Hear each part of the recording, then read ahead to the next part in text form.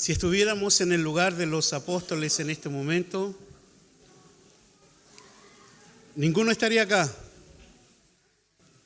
Estaban todos escondidos. Solamente algunas mujeres se levantaron temprano y fueron a la tumba. ¿Por qué había tanto temor de ir a la tumba? Porque si usted ha leído los textos se va a dar cuenta que la tumba no solamente fue cerrada con una piedra, sino que se le puso el sello romano del imperio. Esa piedra no podía ser abierta por nadie. Había temor en los discípulos. Fue una semana terrible, imagínense. Una semana antes el Señor les había dicho, tengo que ir a Jerusalén y voy a morir. Todos los sueños de ser el más grande en el reino se vinieron a tierra. Se acabaron las proyecciones de gobernar sobre una tribu, de derrotar al imperio romano, de ser el amigo del rey, del Mesías, acá en la tierra. Se fumaron todos esos sueños. Todas esas aspiraciones desaparecieron. Y quedó la realidad. Se escondieron. E inclusive algunos se iban a Emaús, lejos de Jerusalén. No querían saber ya nada más de Jesús. Falló, según ellos. No lograban entender todavía.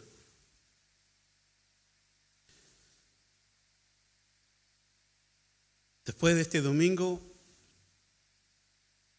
en el tiempo de Jesús, comenzaron a ocurrir rumores.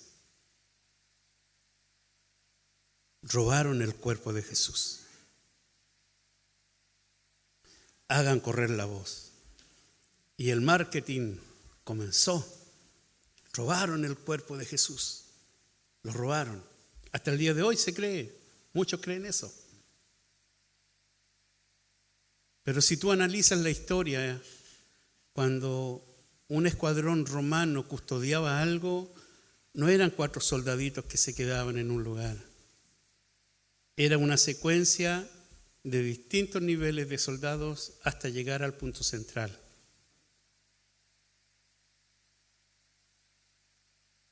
Y los soldados eran personas preparadas y se acercaron a los líderes religiosos porque ese fue el sábado más terrible para ellos.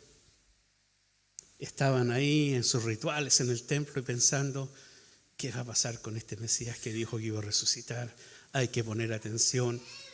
¿Qué van a hacer? ¿Qué va a hacer si está muerto? Lo vimos morir en la cruz, lo enterramos, vimos su tumba.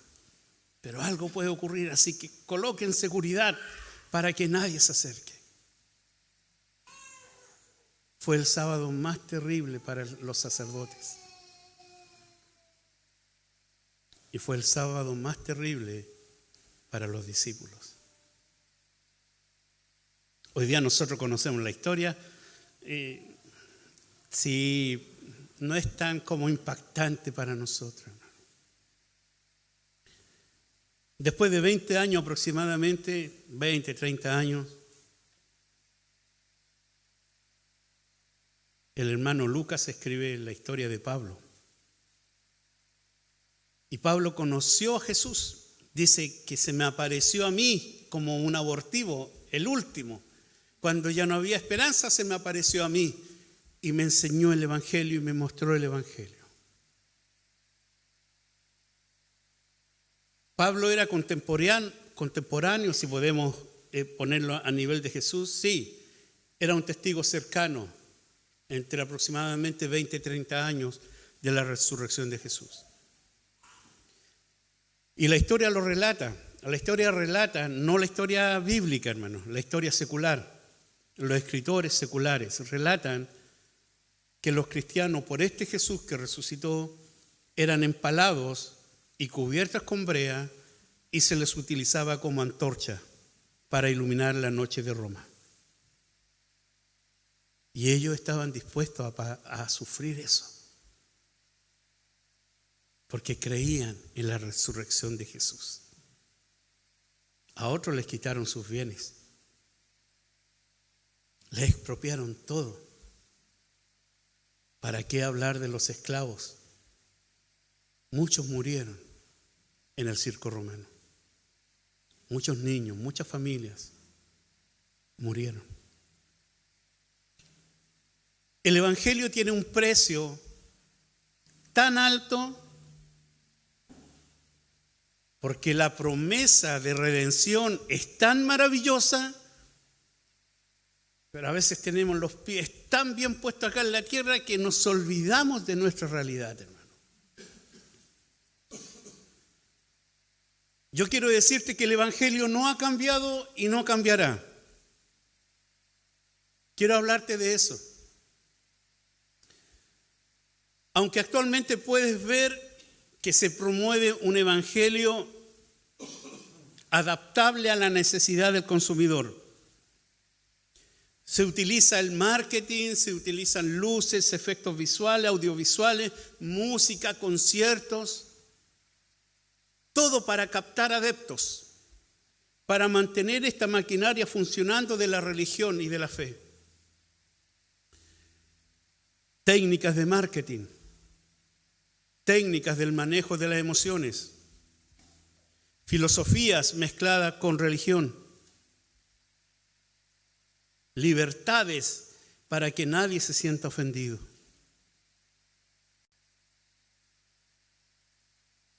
E inclusive podemos decir que muchas congregaciones hoy día, en vez de ser la luz y la sal del mundo, se han vuelto el eco de las tendencias que hay en el mundo.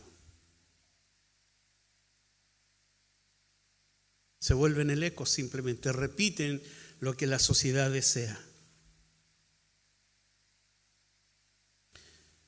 Sin embargo, el Evangelio tiene un sello indeleble, imborrable, que no se puede pasar por alto, no se puede modificar. Y quienes lo hacen, aunque sea un ángel, aunque sea un profeta, quien modifique el Evangelio, Pablo dice lo siguiente: como antes hemos dicho, también ahora lo repito, si alguno os predica diferente evangelio del que habéis recibido, sea anatema. Así que pon atención al evangelio que estás escuchando. Si te habla de prosperidad, si te habla de salud, si te habla del auto del último modelo, si te habla de que tus sueños se van a cumplir, si te habla de que la felicidad está a la puerta, solamente tienes que creer. Preocúpate. Porque el Evangelio dice que si tú te armas con la mente de Cristo, ¿qué pasará? Sufrirás. Y no gusta ese mensaje.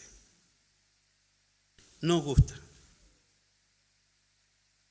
Le invito a que vaya al libro de Hechos 17, versículo 22 al 34. Hechos 17, 22 al 34. Vamos a ver cómo el Evangelio es presentado. Vamos a ver qué metodología utiliza Pablo para presentar el Evangelio. ¿Cómo confronta el pecado? ¿Cierto? ¿Son tan pecadores allá afuera? ¿Cómo confronta el pecado? Versículo 22 en adelante.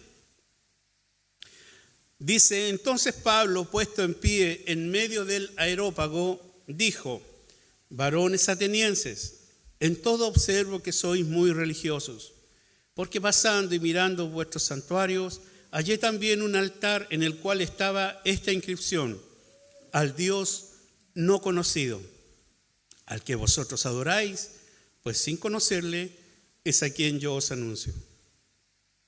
El Dios que hizo el mundo y todas las cosas que en él hay, siendo Señor del cielo y de la tierra, no habita en templos hechos por manos humanas, ni es honrado por manos de hombre, como si necesitase de algo, pues Él es quien da a todos vida y aliento y todas las cosas. Y de una sangre ha hecho todo el linaje de los hombres, para que habiten sobre toda la faz de la tierra, y les ha prefijado el orden de los tiempos y los límites de su habitación, para que busquen a Dios, si en alguna manera palpando puedan hallarle, aunque ciertamente no está lejos de cada uno de nosotros, porque en Él vivimos y nos movemos y somos, como algunos de vuestros propios poetas también han dicho, porque linaje suyo somos. Siendo pues linaje de Dios, no debemos pensar que la divinidad sea semejante a oro o plata o piedra, escultura de arte y de imaginación de hombres.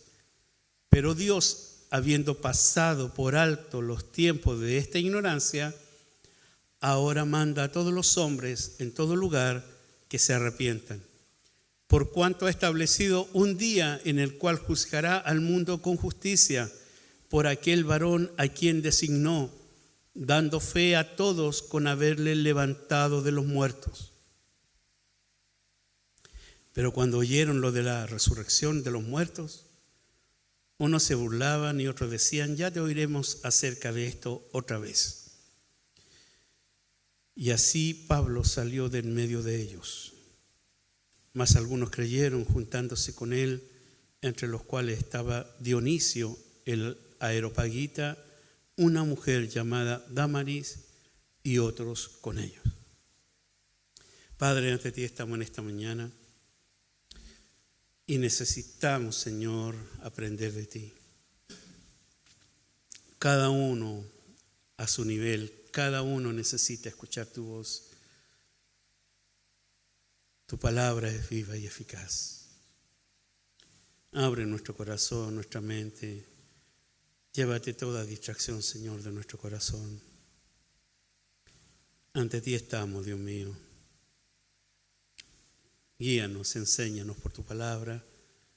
Para la gloria de Jesucristo lo pedimos. Amén. Para ponerle en contexto este relato, hermano, Pablo, el apóstol, venía escapando, venía arrancando del segundo. Este era su segundo viaje misionero. El primero estuvo en Tesalónica y ahí algunos judíos que no creían levantaron un alboroto y arrestaron a Jasón, el hospedador de Pablo, y lo llevaron a la cárcel. Pero no a Pablo, porque Pablo escapó un poquito antes. Y Jasón tuvo que pagar la fianza y lo liberaron. Tal cual hoy día. Pagan la fianza y se van para la casa.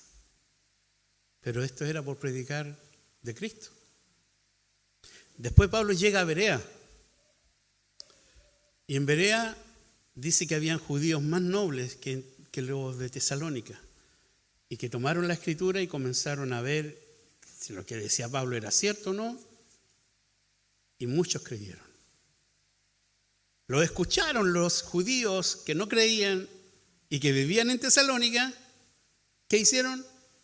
Enviaron una comitiva, tomaron a hombres ociosos que estaban en las plazas, alborotadores, les pagaron: vamos a hacer una revuelta a la sinagoga. De nuevo, Pablo huye.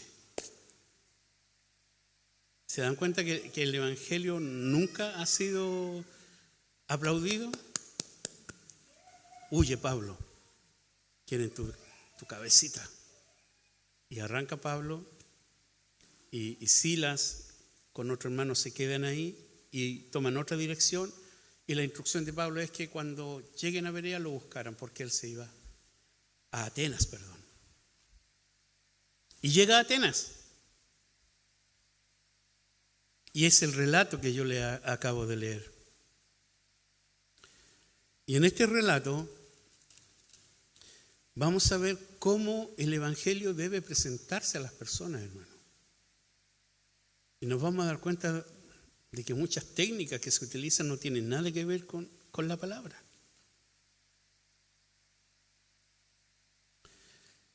Pero antes de eso, Mira lo que pasa en el versículo 16 del capítulo 17. Mientras Pablo los esperaba en Atenas, ¿qué dice? Su espíritu era paz. No. Algo pasaba dentro de él. ¿Ah? Como cuando no te hacen caso. Algo pasa aquí. Pero yo les dije que lo hicieran así y lo hicieron así. Le he dicho a mis hijos cuántas veces que ordenen su juguete y comienza el espíritu de amor aquí a acumularse. A acumularse. Te he dicho que no me gusta este alimento y dele con cocinarlo. Pero si compraras otras cosas para la casa, te podrían cocinar otras cosas, pero sigues comprando lo mismo. Pero este ardor, este sentimiento de Pablo no era por cosas domésticas, como es el caso nuestro. Era porque veía la idolatría. ¿Cómo? Decía, pero ¿cómo? ¿Quién era la audiencia de este lugar, del Areópago? Eran ciudadanos atenienses y extranjeros. Y Pablo con ellos discutía en las plazas, en el agora. Pablo discutía con ellos en la plaza respecto de Cristo. Habían judíos y habían piadosos. Pablo también discutía con ellos, pero en la sinagoga. Todo tiene su tiempo, todo tiene su lugar. Habían filósofos epicúreos que su filosofía era que el placer es el fin máximo y único de la vida, el placer. Yo sé que a muchos nos agrada esta filosofía. Y ojalá no existiese el dolor. Y la ausencia del dolor es la plenitud de vida. El filósofo epicúreo sostiene su plenitud de vida en el placer y la ausencia del dolor, ya que según ellos los dioses no se involucran con los mortales. Por lo tanto, como mortal hay que complacer la carne y ojalá no tener ningún dolor. También habían filósofos estoicos. La filosofía de ellos era totalmente distinta a los epicúreos. Los estoicos decían, todo es destino y razón. El universo es Dios, es el panteísmo.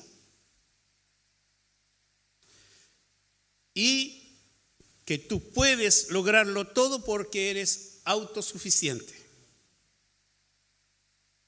¿Se dan cuenta cómo las filosofías no han cambiado hasta el día de hoy? Existen estas maneras de pensar. El placer, pare de sufrir, todo lo puedes. ¿Y dónde era este discurso de Pablo? Era en el Areópago. Este lugar, hermano, era donde se reunía el Consejo Supremo de Atenas. Eran los líderes máximos donde se juzgaban asuntos religiosos, asuntos morales y educativos. No era cualquier lugar. Y ahí está Pablo. Ahí está Pablo. Imagínate tú con una audiencia así. ¿Qué les diría?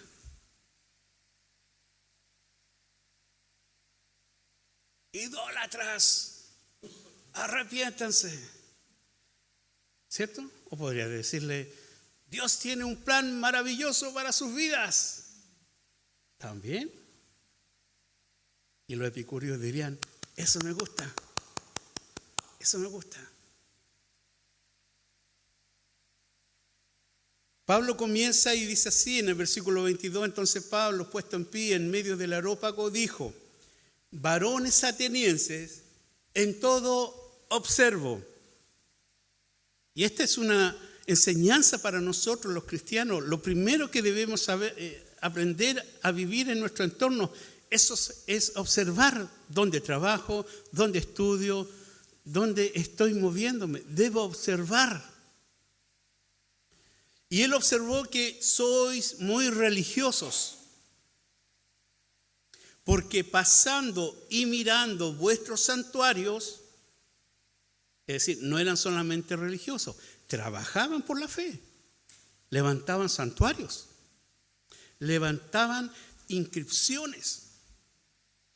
Y dice que hallé también un altar en el cual estaba esta inscripción: al Dios no conocido. Es decir, eran tan religiosos que tenían una grutita, un altar. Si es que se le había olvidado algún Dios y no querían ofender a ningún Dios, al Dios no conocido. Es como aquel que le reza al Padre, al Hijo, a la Virgen, al Espíritu Santo, a Satanás, a los santos, a todos. Por si acaso alguno lo escucha. Y lo primero que reconoce Pablo en los oyentes no es la idolatría, es su religiosidad, es esa necesidad de mantener una relación con un Dios, de cuidar su vida, de tener presente a Dios en sus vidas. ¿Te das cuenta?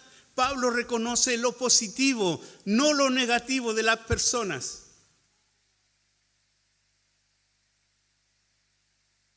Aunque ya leímos que en el versículo 16,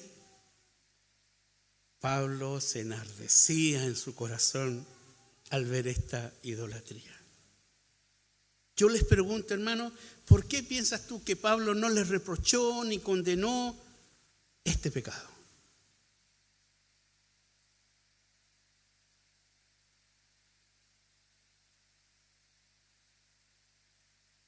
Buen punto, excelente punto. Hermano, debemos entender que tú y yo somos embajadores. No podemos actuar como cualquier persona. Pablo entendía que el mensaje que él tenía que entregar, primero era superior a él, porque él era un mensajero. Por lo tanto, su carácter no podía caer en el conflicto liviano. Muchas veces, hermano, la predicación de nuestros labios del Evangelio se contradice con nuestra manera de vivir. Pablo no dio cabida a esa molestia en su corazón como para confrontar y acusarlos de idolatría, porque él entendía su rol, hermano. Es vergonzoso ver cómo cristianos se paran en un lugar y ofenden a los oyentes. Y lo hacen en amor, supuestamente.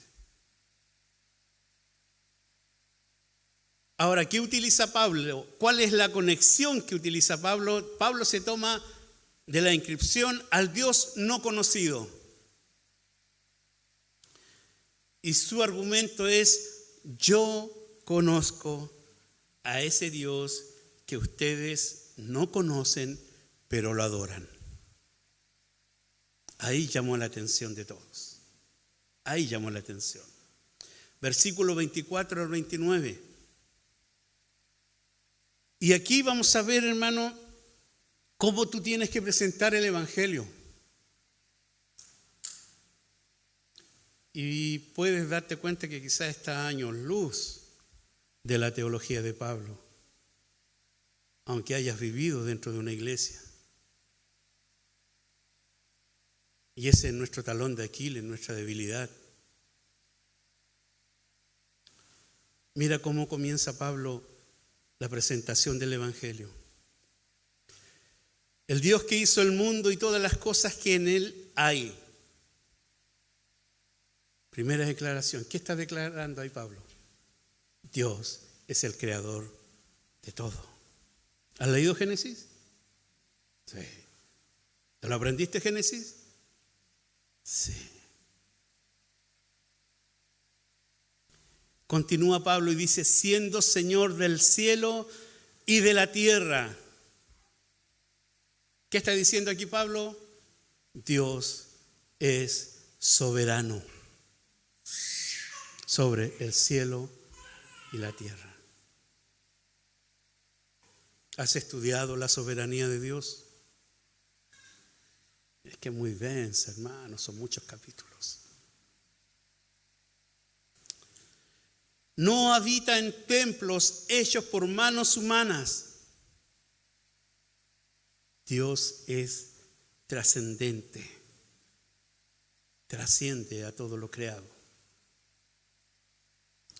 Ni es honrado por manos de hombres como si necesitase de algo, pues Él es quien da a todos vida y aliento y todas las cosas.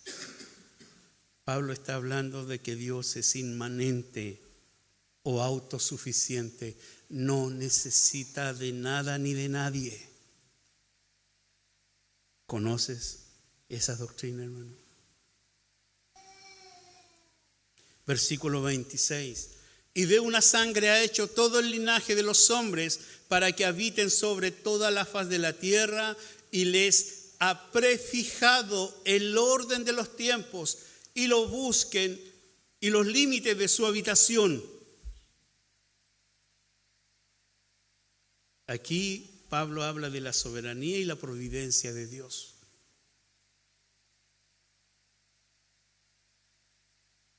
Sabemos esta doctrina, hermano. Versículo 27. Para que busquen a Dios y en alguna manera palpando puedan hallarle, aunque ciertamente no está lejos de cada uno de nosotros. ¿Qué quiere decir aquí Pablo? Dios es omnipresente y está cercano a ti. Hermano, Pablo ha tocado doctrina tras doctrina con cortas declaraciones. Pero estoy seguro que si tú le preguntas a Pablo, aclárame esto de la soberanía de Dios, Pablo va a partir del Génesis hasta Malaquías y te va a explicar cómo Dios se manifestó en cada ciclo histórico, en cada rey, en cada imperio, cómo Él actuó hasta la muerte de Cristo. Si tú le dices, Pablo, ¿me podría explicar lo que es la providencia de Dios? Pablo va a comenzar de Génesis, Éxodo, Levítico, Número, Deuteronomio, y va a seguir, y va a seguir, y te va a hablar todo el día, toda la noche, hasta el punto que te va a quedar dormido y te va a caer de tu silla. Le pasó a un joven llamado Éutico. Cuando Pablo tenía que hablar del evangelio, hermanos, pasaban día y noche y él estaba ahí hablando de Cristo, tal cual nosotros cuando nos dicen, háblame del Señor. Y nuestra frase más inteligible es, te invito a la iglesia, ahí aprenderás.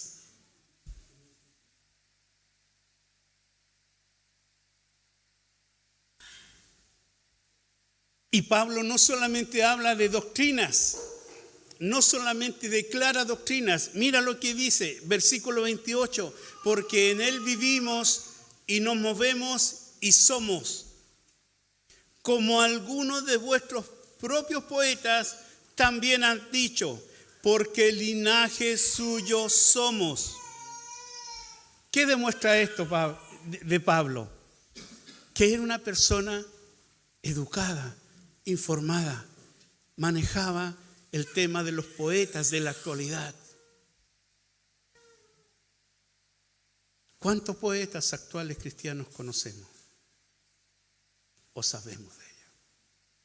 ¿Cuántos filósofos cristianos estamos leyendo hoy día sus libros?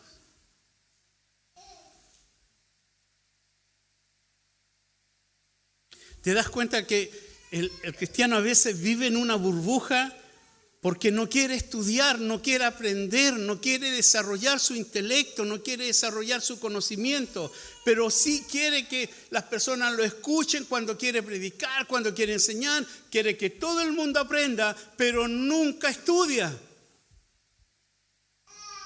Y cuando le hacen una pregunta difícil, decimos sabiamente, debo reconocer que no lo sé. Tengo 58 años en el Evangelio. Todavía no lo sé. Y no tenemos respuesta, hermano. Imagínate tú en el aerópago, ¿qué hubieras hecho? Si se para un filósofo y te dice, ya, explícame la inmanencia o la autosuficiencia de tu Dios.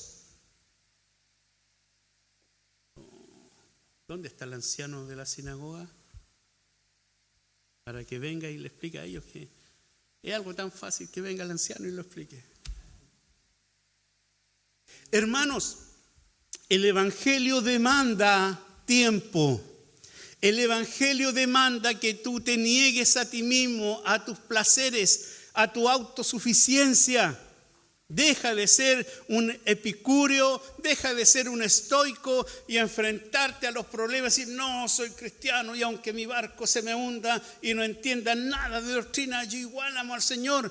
Y la pregunta mía es, ¿cómo vas a amar a quien no conoces? Y la respuesta es, no lo amas. Debo decirte, lamentablemente, si no conoces a Dios, si no conoces a Jesucristo, no lo amas. Tus hijos podrán amar a Dios si no ven tu vida que cree en Dios, si no te escuchan hablar de Dios, si no te escuchan, si no te ven y no sienten el amor de Dios en tu vida hacia ellos. ¿Crees que tus hijos van a seguir tu camino? No, es que yo los llevo a la iglesia con la vara, con la chancleta y van a estar ahí en la iglesia. Si hay algo terrible es que los niños cumplen 18 años en la congregación y hasta luego. Y la universidad es la gran escapatoria. Estoy estudiando, no necesito más de ustedes, hermano. Muchos padres se lamentan de la vida de sus hijos, pero no han querido gastar tiempo en estudiar la palabra para cuando venga tu hijo y te haga una pregunta de la Biblia, tú le puedas responder.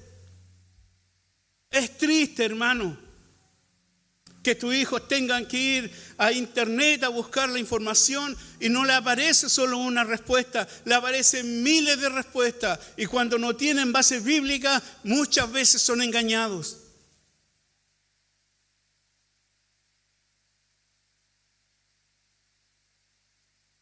¿Se recuerdan que Pablo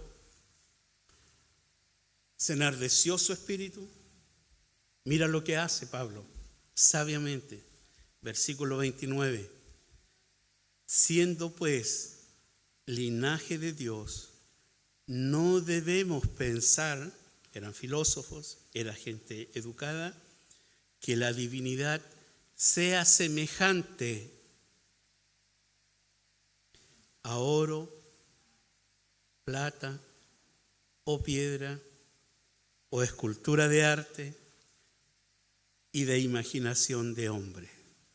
¿Te das cuenta cómo sutilmente le dice no a la idolatría? No les dice ustedes son idólatras que veneran a este y acá y le prenden velita y se van a ir al infierno. No, hermano. Porque se pagó un precio tan alto por las almas que no conocen al Señor y nosotros vamos y más encima queremos aniquilar a esa persona. Es tan pecador, habla con tanta grosería que no tiene esperanza. Tú ya determinaste que él no tiene esperanza. Mírate un espejo, tú tampoco tienes esperanza. Si no es por Cristo, hermano, ninguno de nosotros estaría en este lugar. Ninguno de nosotros podría presentarte delante del trono de Dios y pedir clemencia y misericordia. Ninguno de nosotros podría elevar una oración. Ninguno de nosotros podría cantar una alabanza. Ninguno de nosotros, porque todos nos desviamos a una. Todos nos alejamos del camino verdadero, hermano. Todos nos descarriamos como ovejas sin pastor. Mas Dios muestra su amor para con nosotros, es que aún siendo pecadores, Cristo murió por mí. y murió por ti.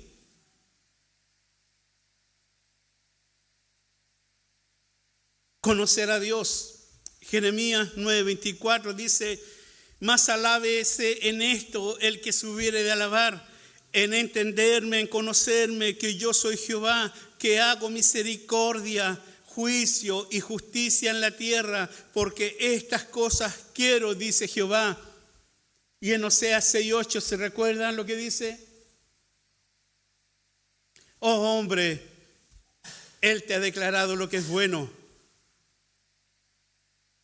Él te ha declarado lo que es bueno. Que hagas justicia, que ames la misericordia y que te humilles ante Dios. Eso es lo bueno. Si tú quieres saber qué es lo que es bueno, es lo que Dios declara. Oseas 6:8.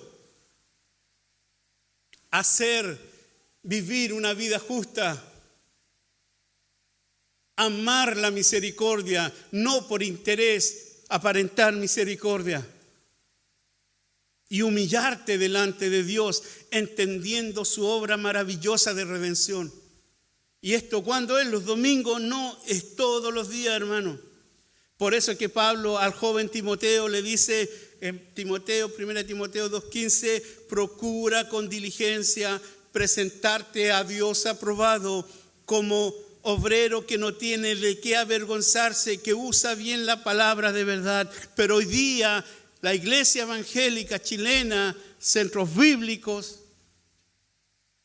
pasa vergüenza por hermanos que no conocen la palabra de verdad, que no utilizan la palabra de verdad.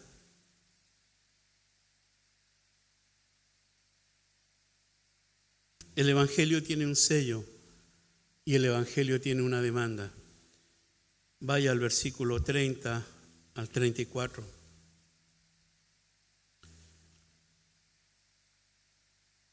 Versículo 30 de Hechos 17 dice: pero Dios,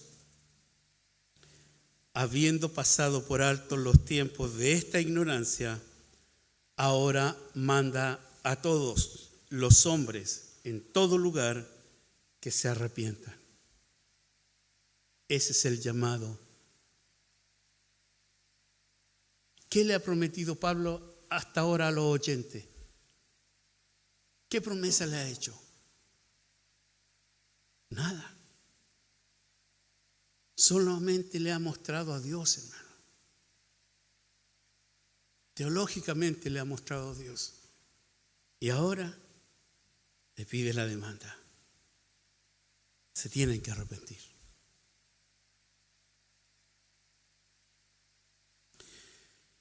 ¿Por qué se tienen que arrepentir? Dice: por cuanto ha establecido un día en el cual juzgará al mundo con justicia. Aquí sigue con doctrina, la justicia de Dios.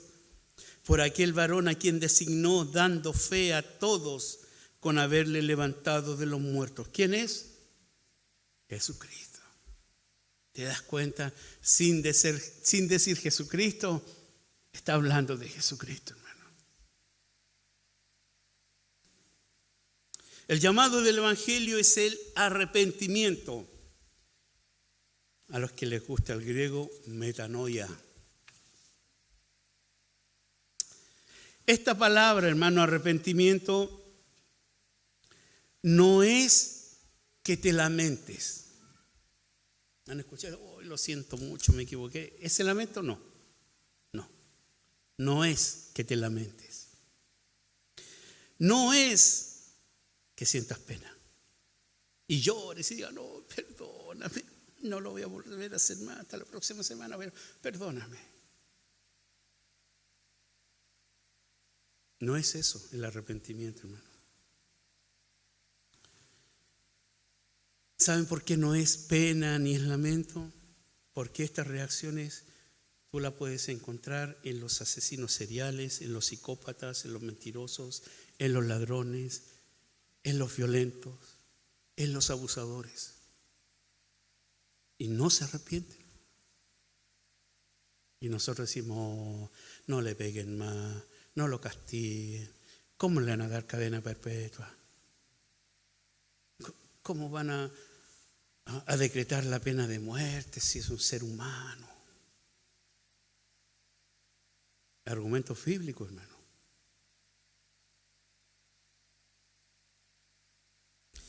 El arrepentimiento no pasa por eso, hermano. El arrepentimiento es un cambio de mente. Eso es arrepentimiento. Cambia tu manera de pensar. Es un cambio de dirección en 180 grados en tu manera de vivir, en tu manera de hablar, en tu manera de pensar. Es comenzar a pensar de acuerdo a lo que Dios dice en su palabra, no a lo que siento. Y es demostrar con acciones concretas que estas verdades son realidad en ti. Muchos han llorado a los pies de Cristo. Muchos se han lamentado a los pies de Cristo y pasan adelante y lloran y prometen y firman ahí y acepto al Señor y no cambian su manera de pensar. Siguen actuando. Pasa un mes y los ves de nuevo ahí, pidiendo perdón, Señor, nuevamente caí. Y pasa el segundo, el tercero, y cumplimos años, y vamos al cumpleaños número 15 y la persona sigue igual. Se lamenta, llora y dice, ahora sí, Señor, ahora sí voy a cambiar. Cuando Dios pide arrepentimiento de ti, te dice, deja de pensar de esa manera. Comienza a pensar como yo pienso.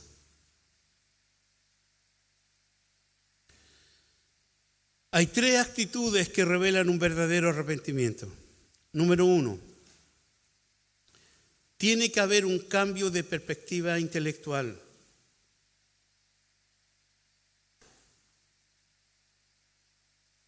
Tienes que saber que Dios es creador, que Dios es soberano, que Dios es trascendente, que es autosuficiente, que su providencia es perfecta.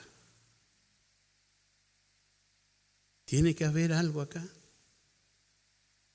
Intelectualmente tu mente tiene que alimentarse de otra forma.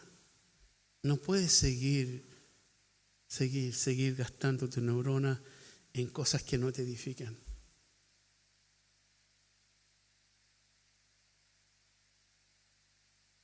Pablo les dice, Dios no es algo fabricado por el hombre, que sea de oro, de plata o piedra. Por el contrario, debe ser reconocido y obedecido como único y verdadero Dios, creador y soberano. Yo te pregunto, ¿crees esta verdad? ¿Crees que Dios es soberano? ¿Crees que Él es el creador de todo?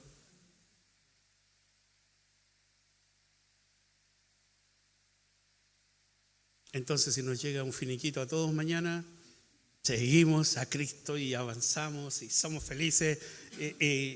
No hay problema, ¿cierto?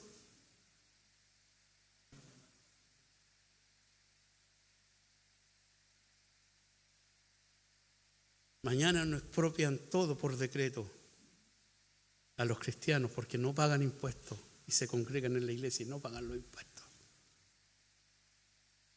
Nos expropian todo mañana, hermano. ¿Seguimos a Cristo?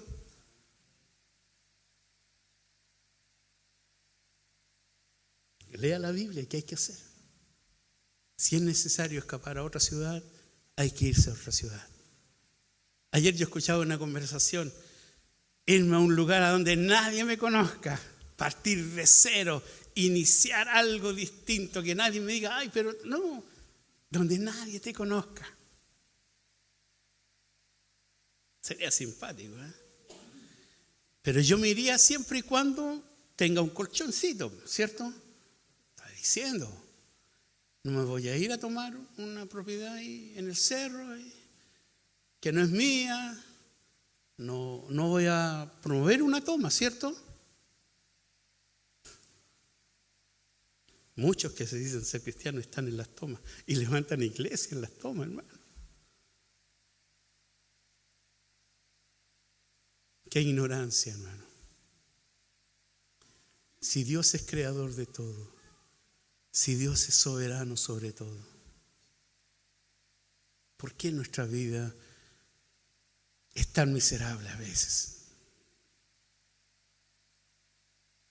¿Por qué una enfermedad? ¿Por qué la muerte? Hoy día yo le decía a mi esposa, a veces uno no reflexiona que está expuesto a la muerte todos los días desde que te levantas, que no tienes la vida comprada.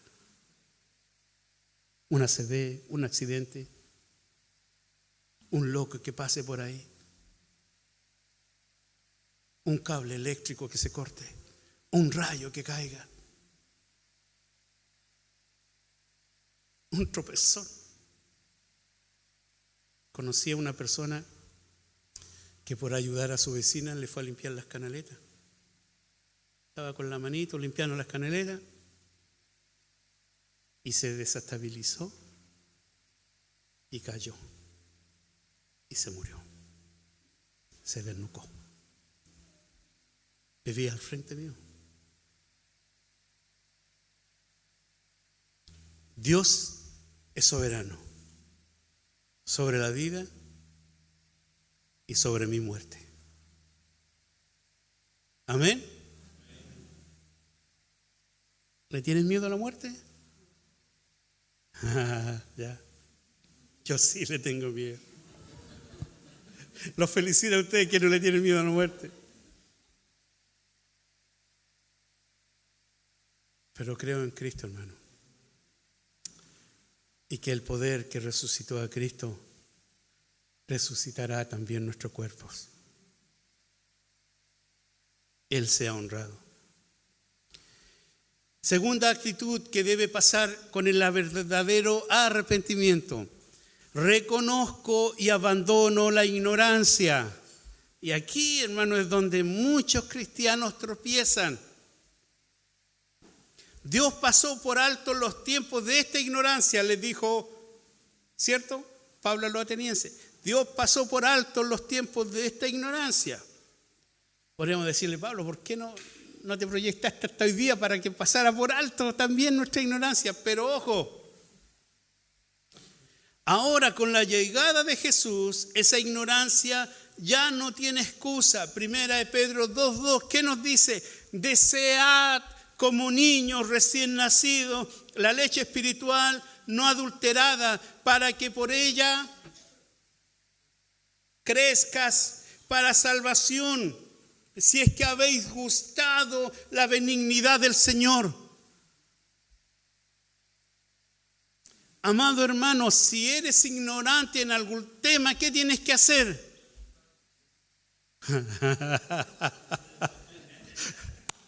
Hermoso, preguntar. Sí, el primer punto. Y una vez que preguntas, ¿qué tienes que hacer? Hacer los deberes, tomar la Biblia y decir, mira, el hermano dijo tal cosa, y voy a la Biblia y empiezo a investigar. Tenía razón el hermano, tengo que preguntar y tengo que estudiar.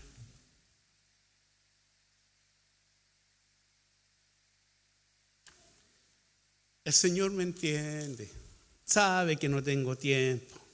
Soy un hombre tan trabajador, que no me queda tiempo para estudiar la Biblia. ¿Podemos pensar de esa manera? Sí, podemos pensar de esa manera. ¿Debemos pensar de esa manera? ¿Por qué no?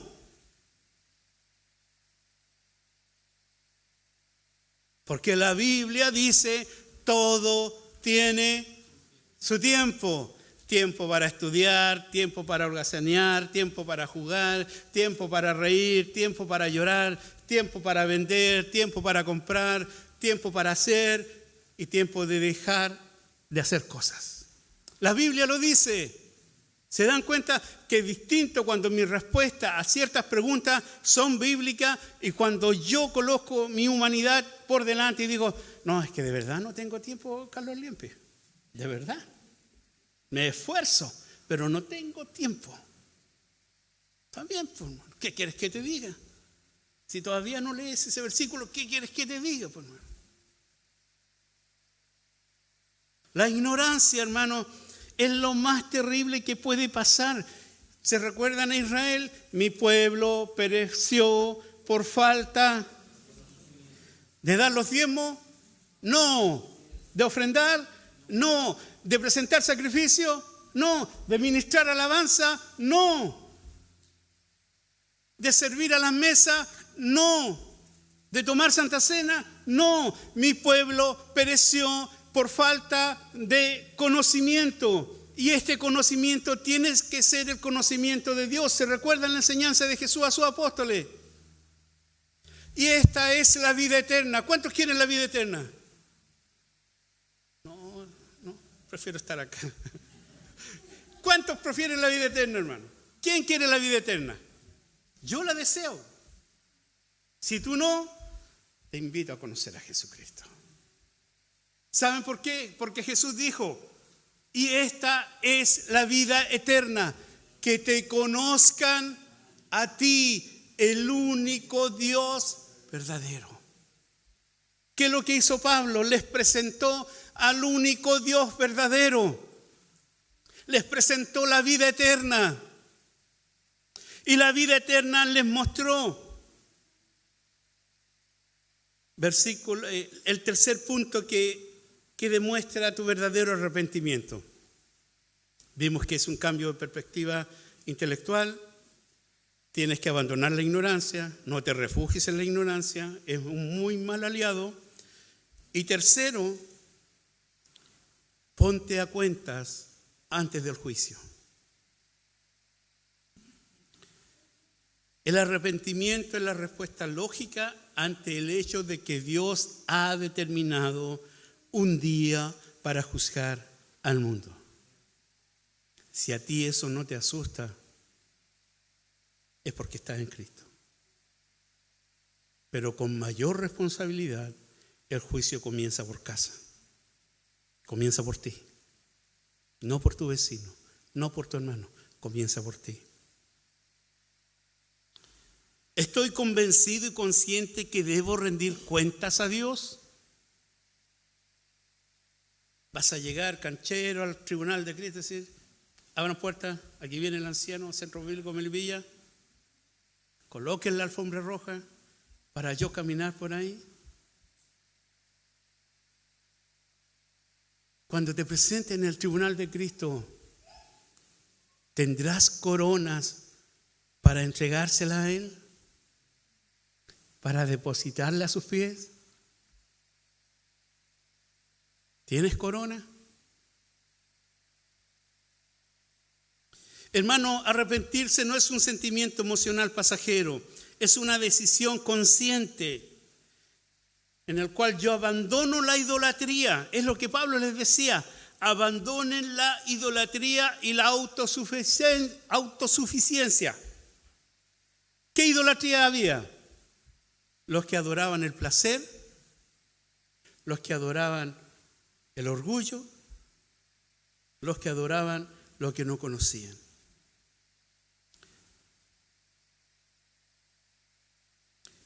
Y se tienen que alinear con la siguiente verdad. Dios garantiza este juicio levantando a un hombre de la muerte, que es Jesucristo. La resurrección de Jesucristo es garantía judicial de que viene un juicio y tienes que estar en Cristo. Hermano Carlos, ayúdeme. Jonathan, ayúdame. Cristian, ayúdame. Te veo tocar la guitarra tan fenomenal. Tú sí que tienes del Señor. Enséñame.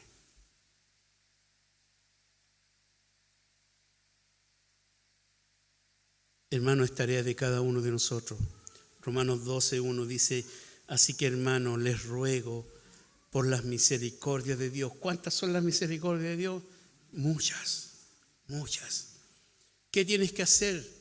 Presenta tu cuerpo en sacrificio vivo, en sacrificio santo, agradable a Dios, que es vuestro culto racional. Culto racional, no irracional. Algo consciente, algo que yo decido, un tiempo que yo determino estar delante de Dios. Pero ¿quién tiene que hacerlo? Tú. Tú. Si estás casado, hazlo con tu esposa. Si tu esposa no quiere, hazlo. Ora por ella. Si tu esposo no quiere, invítalo. Y si no quiere, ora por él. Y comienza este proceso. Preséntense porque son solo una carne. Ahora, hermano, el Evangelio siempre va a traer las siguientes respuestas. Estas reacciones cuando el Evangelio hace su llamado. Primero, arrepiéntanse. Uno dice, sí, me podría arrepentir. Versículo 32. Mira lo que dice. Pero cuando oyeron lo de la resurrección de los muertos, ¿te das cuenta que el Evangelio se fundamenta en la resurrección de Cristo? Que tiene que ser anunciado cuando tú presentas a Cristo. Tú tienes que hablar del resucitado y la gente va a reaccionar de la siguiente manera. ¡Qué ignorante! ¿Cómo puede creer esas cosas tan básicas? Le lavaron el cerebro a esta persona. Esta superstición de la resurrección, ¿cierto? ¿Se burlarán? ¿Se van a burlar? Pero si tú les presentas un evangelio donde les dices que Dios tiene un plan maravilloso para sus vidas, que Él quiere sanar sus enfermedades, que Él quiere solucionar sus problemas, que Él quiere que tengan una vida mejor acá, te van a aplaudir. Y van a abrir su billetera y van a entregar todo porque ese mensaje vende. Pero cuando oyeron lo de la resurrección, unos se burlaban y otros decían, ya te oiremos acerca de esto otra vez. ¿Te han dicho eso? Sí, está bueno el tema, pero no me queda mucho tiempo. Después lo hablamos, después lo conversamos. Y tú tenías toda la artillería preparada. Y dices, no, Juanito, es bueno, pero viene a que me peinara y no más, pues Juanito, no a que me...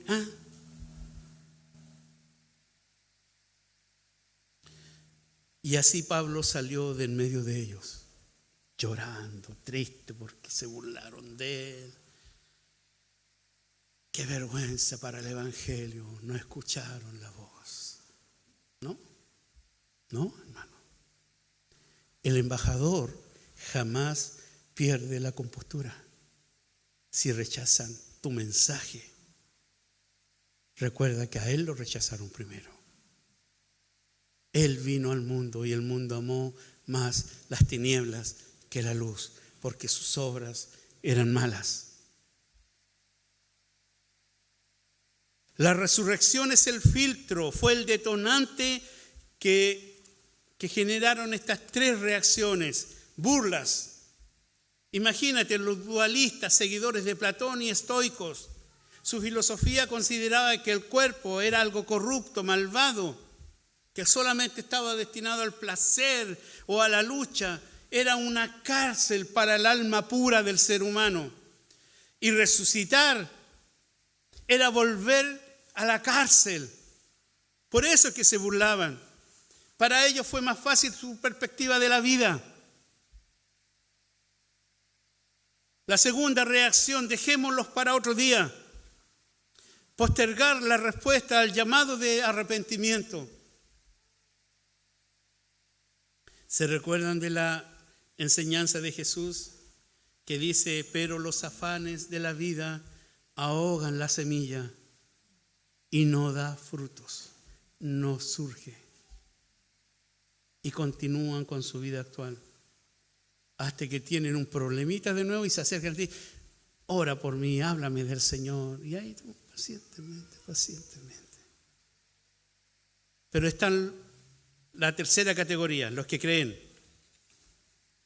Si Dios estableció un día de juicio y determinó que Jesucristo es el único medio de salvación, resucitándole de los muertos, entonces el evangelio que predico es verdadero y tú tienes que tomar una decisión Y la decisión que Dios motiva siempre va a ser el que creas en Jesucristo. Uno de los temores que nosotros como cristianos tenemos, hermano, es hablar de la resurrección, porque es surrealista. No, hablemos del Dios creador, del Dios de amor. Hablemosle del amor de Dios. Pero Pablo nos dice que debemos hablar del que resucitó. Hoy día somos muy sensibles y frágiles, demasiado sensibles y frágiles. Y también somos muy negligentes e ignorantes, porque olvidamos que Jesucristo fue rechazado, porque olvidamos que Jesucristo sufrió burla. Estando en la cruz se burlaban de Él, viéndole desnudo, se burlaban de Él. No creyeron en su mensaje, aun cuando resucitó. ¿Se acuerdan de Tomás? ¿Sí? No del Tomás de la Biblia. ¿Se recuerdan del Tomás? ¿Qué dijo? Mientras no lo vea, no voy a creer. Y le decían, pero Tomás, si resucitó, lo vimos.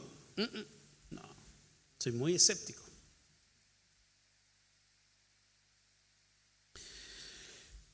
Porque si los muertos no resucitan, tampoco Cristo resucitó. Es una declaración de Pablo en 1 Corintios 15. Y si Cristo no resucitó, vuestra fe es vana, no trae frutos. ¿Han visto ustedes algún hermano que no da frutos? ¿Que su vida es vana? Que uno dice, oh, tanto tiempo junto a ti y tanto tiempo sola.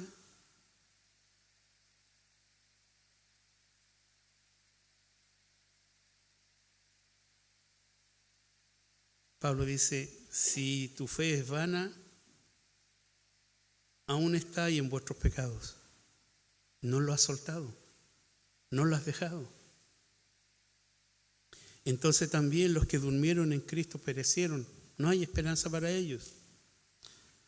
Versículo 19 de 1 Corintios 15. Si en esta vida solamente esperamos en Cristo, y esto es para los terrícolas, los que no quieren irse a la vida eterna, para los que no quieren saber nada del cielo, es para esto, para los que esperan a Cristo, solamente en esta vida, mira lo que dice, somos los más dignos de lástima, una lástima tan profunda que supera a cualquier lástima de los hombres. Si tú no crees en la resurrección de los muertos, tu vida no va a cambiar, hermano. No va a cambiar. Tu vida y tu fe va a ser vana.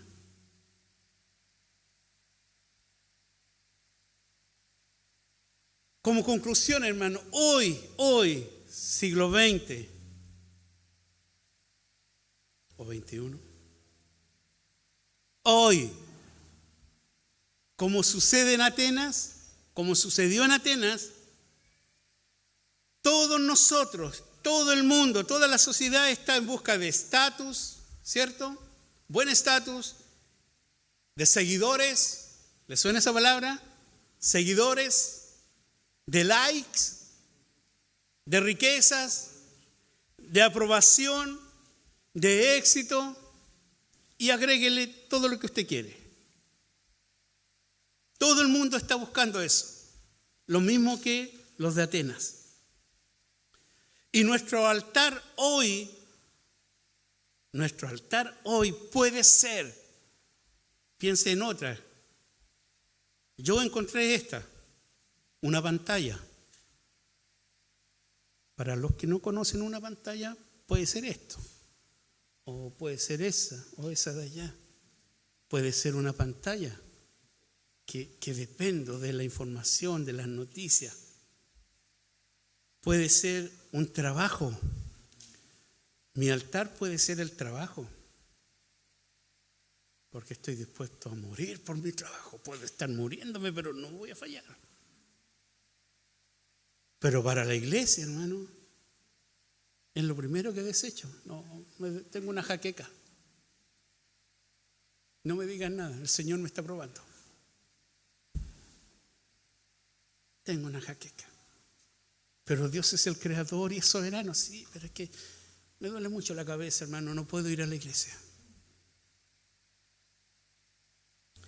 Mi altar puede ser la iglesia, en donde yo pienso que soy el santo, el Hijo de Dios, que hago el servicio, que asisto, que toco un instrumento, que sirvo, que abro y cierro la puerta. Y la iglesia se vuelve un altar al final donde yo me muestro a los demás y recibo halagos y dicen, oh, qué bien lo hace el hermano. El altar puede ser tu colegio y espera la aprobación de todo tu curso.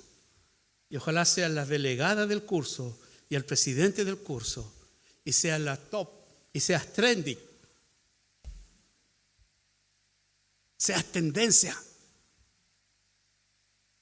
y que marques los cánones de belleza en tu colegio. ¿Cómo nos gustaría eso? Para los niños me refiero yo. También un altar puede ser la universidad. No, es que ahora voy a la universidad, entonces tengo que pensar de otra manera. Voy a ser una persona muy educada, mis ingresos van a ser distintos, entonces me debo rodear y codear con otro estilo de personas. El altar puede ser una casa. Me esfuerzo tanto por esa casa, tanto. Trato de tenerla al máximo bien cuidada. Si necesita pintura, voy corriendo y le echo pintura. Si veo un pequeño moho, voy antihongo y la lavo. Pero tenemos día operativo de limpieza. ¡Bravo! Tenemos operativo, hermano. Oraré por ustedes para que el Señor les ayude. El altar, hermano, se puede volver un automóvil. Hay mucho que decir, hermano, mucho que decir. ¿Sabes por qué todo se puede volver un altar? Porque cuando hay ignorancia del Dios verdadero, uno trata de buscar una plenitud y que a veces no logramos definir. Queremos sentirnos plenos, queremos tener vida abundante, queremos que ríos de agua viva corran por nosotros y que el Espíritu Santo nos inunde y nos imaginamos ahí flotando, pero no conocemos a Dios. El vacío que sientes en tu corazón, la ansiedad, esa falta de propósito en tu vida refleja que no conoces a Dios. Y debo decirlo con tristeza, hermano. Si hay ansiedad, si hay un vacío en tu vida, si a veces te levantas y dices, ¿y esto es vivir? Levantarse, tomar el bus, ir a estudiar, ir a trabajar, después volver, y así el martes y el miércoles, ya me cansé, no quiero ir a ningún lado más. Si esa es la vida, abrir el negocio, cerrar el negocio, ir a comprar mercadería, llenar los estantes, vender y después volver. Esa es la vida. Si están esas emociones en mí, o si estás esperando con ansia el día del niño, o tu cumpleaños, y pasa tu cumpleaños y esa plenitud de vida que pensaste iba a lograr porque cumpliste 18 y te das cuenta que vas a esperar a los 19 ahora. Hermano, necesitamos entender lo que es plenitud de vida. Jesús dijo, el que viene y cree en mí, correrán de su interior ríos de agua viva.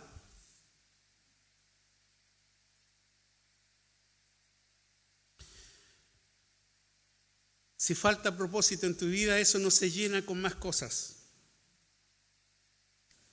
Compra lo que tú quieras. Lo top en tecnología, lo top en vestuario, lo top en cartera, lo top en perfumería, lo top en maquillaje. Compra lo que tú quieras. Lo top en el electrodoméstico, esos electrodomésticos que hacen todo. Tú le dices, hola, y dice, aquí está el menú. Cómprate eso si quieres. Cómprate un auto que vuele, que maneje solito. Se llaman Tesla, creo. Cómprate lo que tú quieras. Pero jamás vas a lograr llenar tu corazón, porque nuestro corazón solo es pleno en Cristo Jesús. En Él estaba la vida. Y la vida es la luz de los hombres. ¿Tienes esa luz morando en tu corazón? Termino con esto. Yo sé que muchos lo conocen. Y en ningún otro hay salvación, porque no hay otro nombre bajo el cielo dado a los hombres en que podamos ser salvos. Hermano, con Jesucristo todo. Sin Él nada. Él es nuestra vida plena. Incline su cabeza. Te alabamos, Señor. Bendecimos tu nombre. Somos felices pues resucitaste y nuestra vida descansa en ti.